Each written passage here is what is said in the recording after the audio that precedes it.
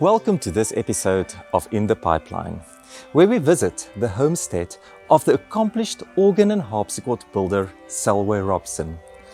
The house and workshop, named Weltevreden, is in the beautiful seaside town Noordhoek, on the west coast of the Cape Peninsula in the Western Cape.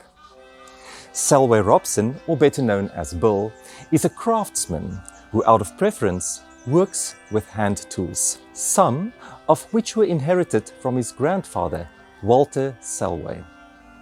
He has also frequently been entrusted to carry out restoration work on antique harpsichords and pipe organs, and is a skilled repairer of stringed instruments. For today's episode, I'm also joined by renowned organist and early music specialist Erik Dippenaar.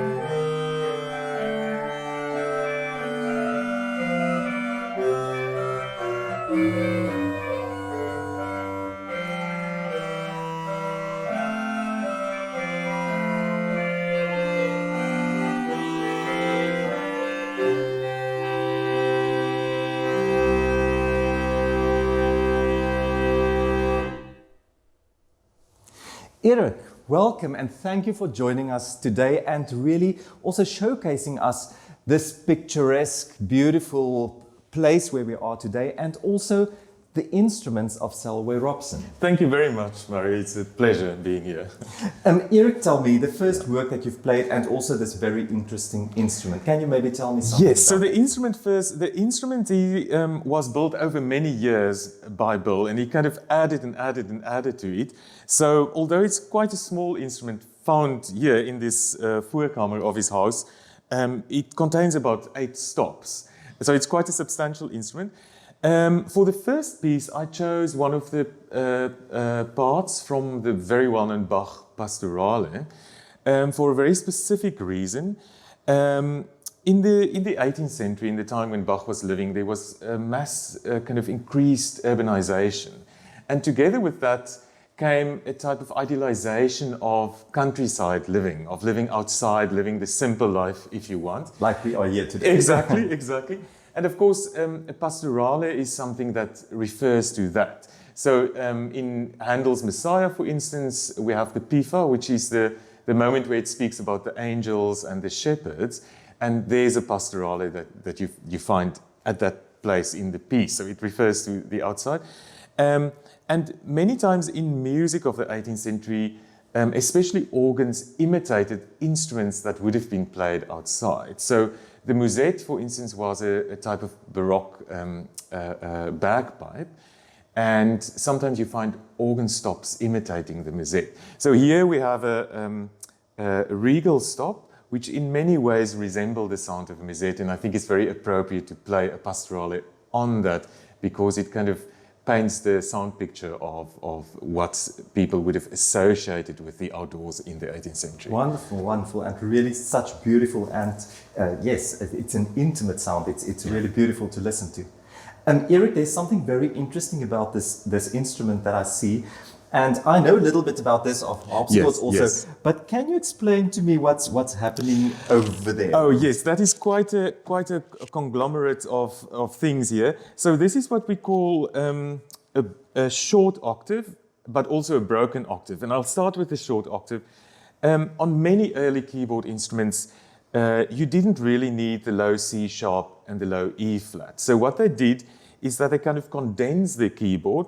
So what would look here like C, F sharp and G sharp, in fact goes C, D, E, F. So if you go the C major scale, it will go. And that, of course, facilitates many chords that you can play in the bass. For instance, the octave from here to here is quite easily reachable, and you can also reach the third together with that. That's why one sometimes also see where stretches are actually too big to play for our hands, and then it makes sense. But so many times, especially earlier keyboard repertoire, you come across chords in the bass which is impossible to play on a modern keyboard, but it's because of the short octave. Then sometimes they kind of enhance the short octave, because with the normal short octave you don't have the bottom C sharp, E flat, G sharp and F sharp, but they then sometimes included the G sharp and F sharp in the short octave. So they split these two keys in two, so the bottom part of it plays the D and the top part of it F sharp.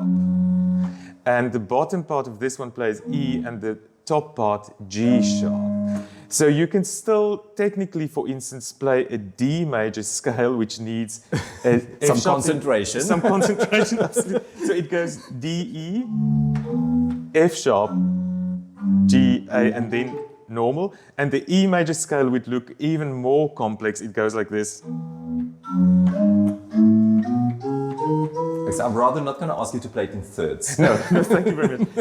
And it might seem today to us a little bit crazy, but actually if you look at early ways of fingering scales with two fingers, so the normal way would have been this, yes. Then it makes absolutely sense. So if you use early fingerings on the system, it's much easier than trying to use a kind of modern system. So the next piece I'm going to play, I chose specifically with the short octave in mind, and it's a fugue by Buxtehude. And at the very end, there are these stretches which is impossible to reach on a modern keyboard, but with a short octave, it's quite easily playable. So I'll just demonstrate. It's this chord.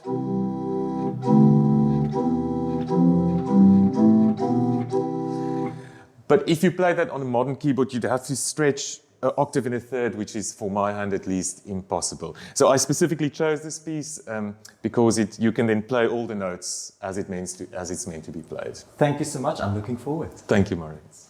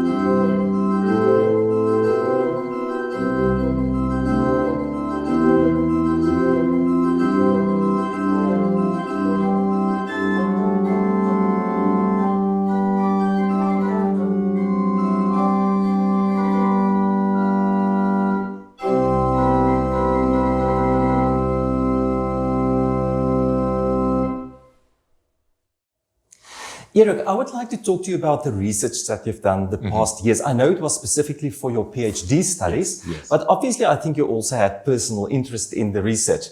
Can you tell me more about that? Absolutely, Mario. That's quite a topic that I've been obsessed with for quite a while. And it really combines two personal interests, because my lifelong personal interest is historical keyboard instruments. And when I started the PhD, I thought I also want to investigate those instruments within the South African context. So I then decided to do a PhD about specifically domestic keyboard instruments, historically speaking, and the role that they played in the colonization process. Okay, so it's not only organs, but also Yes. harpsichord, other instruments? Harpsichords, early pianos, also from the beginning of the 19th century, harmoniums, and clavichords. Okay. Yes.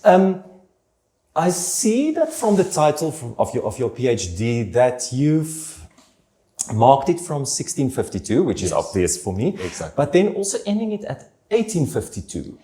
Was it specifically for the 200-year mark, or what's the reason No, for that's that? a very good question. It has to do with the fact that from the 1860s onwards, of course, diamonds and golds were discovered, and that then spurred colonial development further up north, which means then at that moment there was a massive influx of money and also instruments. So it's simply a practical choice, because after around 1852, the material becomes too much to fit into one PhD thesis. Oh. So So it's something that you might actually take further later on. it might be, but that would be a lifelong journey, I'm afraid. If you say there were financial implications, obviously there were more money. Yes. Does that actually also refer to the import maybe of instruments? And that brings me to another part of a question that I would like to ask you. Obviously, we had the keyboard instruments within that time, Yes. in the 200 years Yes, that we are yes. looking at. Were that mainly imported instruments? Was it built here? And also, if it was imported, who looked after those instruments? So can you tell me more about the situation? That's a topic I can go on for ages, but I'll try to be brief about it. So we find the first reference to a keyboard instrument, to a harpsichord, in the diary of Jan van Riebeeck 3 times already in the 1660s. The first reference to an organ, a pipe organ, is from the 1730s, when the Grote Kerk in Cape Town petitioned to the Dutch East India Company, to the VOC, to have an organ imported. But the VOC refused them. And so interestingly, then that kind of disappeared for a few years. And then the first mention of an actual pipe organ that we know was built in Cape Town by a German craftsman who came over as a soldier and worked at the VOC woodworking workshop. So the first instrument that you find reference to was actually not imported. It was built made here. And it's interesting because the first organ, unlike what one might think, was not found in a church context. It was found in a domestic context for the governor at the time, de Fontaine, and he had that organ built for his daughter to practice on. And so that happened just after the Grote Kerk started petitioning for an organ. And when he went back to the Netherlands, they bought that organ and then installed that in the Grote Kerk as their first pipe organ. So it was actually his domestic instrument that was used there. That became a church instrument. And throughout the 18th century, so throughout the Dutch period, most of the references we find to pipe organs are in fact organs found in homes and not in churches. And there was a whole sequence of organ builders that worked in Cape Town during the 18th century, so during the 1700s. And we find several references to organs in homes, including one on a farm just outside of Swellendam. And apparently that organ was built on the spot there, which is quite extraordinary to think that the organ builder from here had to transfer his whole workshop. And I think it was back then almost a 40-day journey on ox wagon to get out there. And then, so what I've learned is that there was in the 18th century, in the 1700s, a kind of organ building trade in Cape Town. But then, when we became a British colony, the British opened up trade. The FUSC kept trade very strictly regulated, but the English opened up trade, and that then, of course, spurred the fact that a lot of instruments were all of a sudden imported from Britain. Yes, it makes sense then why exactly. it was from Which England. in a way then kind of simmered down a little bit our local organ building trades. Could you actually trace when the first organs were imported? Or is that a difficult question? That's a difficult one, but I think the first one might be the old organ, which used to be in the Lutheran church in Strand Street in Cape Town. The facade of the organ is still there. And that's by a British organ builder, and that was in the 1820s. 1820, so that was approximately only actually when the importing of organs started. Interesting. Yeah. I also read something in the synopsis of the research that you did about some diplomatic gifts that was given to officials. Can you maybe tell me more? I use in this thesis a few themes to kind of investigate the role of keyboard instruments in the colonial setup. And something I came across which was very interesting. It started with, of course, the first references to a keyboard instrument in the colonial setup here was in the 1660s in Jan van Riebeck's diary. And that was a harpsichord, so not related to organs specifically. But he used that harpsichord as a type of diplomatic negotiation process with some of the Kusan people. So he kind of, there was a kind of exchange of physical objects and also an exchange of music. And then that set me on a trail of reading about organs and keyboard instruments in general that was used in diplomatic situations. And a whole world opened up about a topic which I never knew about. And this is the fact that the first organ that was used as a diplomatic present, so as a present for diplomatic purposes, was in the year 757, when Constantine V, the Byzantine emperor, sent from what is today Istanbul, sent an organ to Pepin the Short, the king of the Franks, so in Franconia. So I heard correct, like 1,000 years Yeah, earlier. exactly. And he sent this organ kind of from the east, what we know today as the east, to the west. And that organ, in fact, kind of brought into being the tradition of organ building in the West and the tradition of organs in churches and so on. And then later I came across this very interesting account of Elizabeth I of England in 1599 sending an organ together with the organ builder Thomas Dallam as a present to Mehmet III in Istanbul. So Queen Elizabeth I sent an organ back to Istanbul in a way, and this whole thing became, kind of a full circle. Yeah. And then, of course, these are not the only accounts. There was a whole sequence of other organs sent all across the world as a diplomatic gift. And now you might ask, why an organ as a diplomatic gift? That's exactly what I wanted to ask you. It's a very simple question. Is that in the history of the West, organs, pipe organs, and clocks, so timekeeping devices, were the two most advanced technological devices. So in a way, if you send an organ or a clock, you kind of show what technologically what your culture is capable of. So anyway, then I bring that back to our situation here, which again relates to the fact that many of the keyboard instruments and organs that we found in the early colony here belonged to quite high-ranking officials in the colonial government. So, for instance, De Fontaine, who had the organ built for his daughter, Jan van Riebeck, with his harpsichord that he brought along. So I then relate that back to our context. Interesting, very interesting. I have a last question. These instruments that you refer to now in that 200-year span, Are any of them still available, or is it in any way traceable if they are? It's one of my post-PhD projects. There are no instruments left from the Dutch colonial period. And it's difficult to say why. I think many of them might have gone back.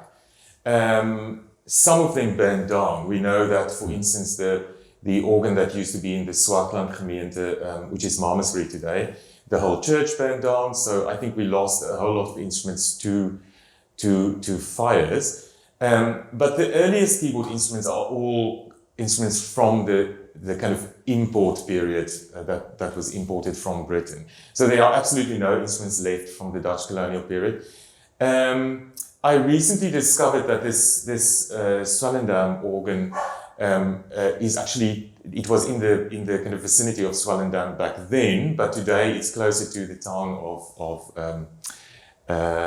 Riversdale. Okay. And the original building is still there, in which this organ was installed. So that is a post-PhD research project to perhaps try to find out at least in which room in the house this organ was, and try to ascertain what happened to this instrument.